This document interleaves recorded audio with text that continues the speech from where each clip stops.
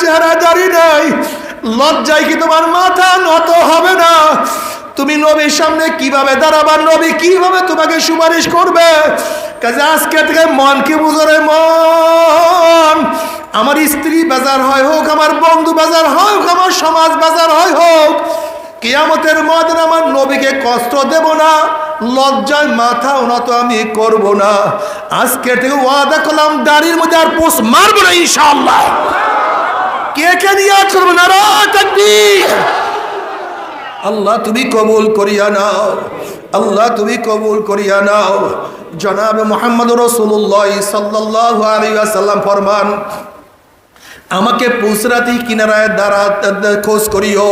বুখারীর মধ্যে দীর্ঘ এক রওয়ায়াত আসছে, নবী আলাইহিস সালাতু ওয়াস সালাম ফরমান, পুসরাত পাড়ি দেওয়া শুরু করবে, একদল মুমিন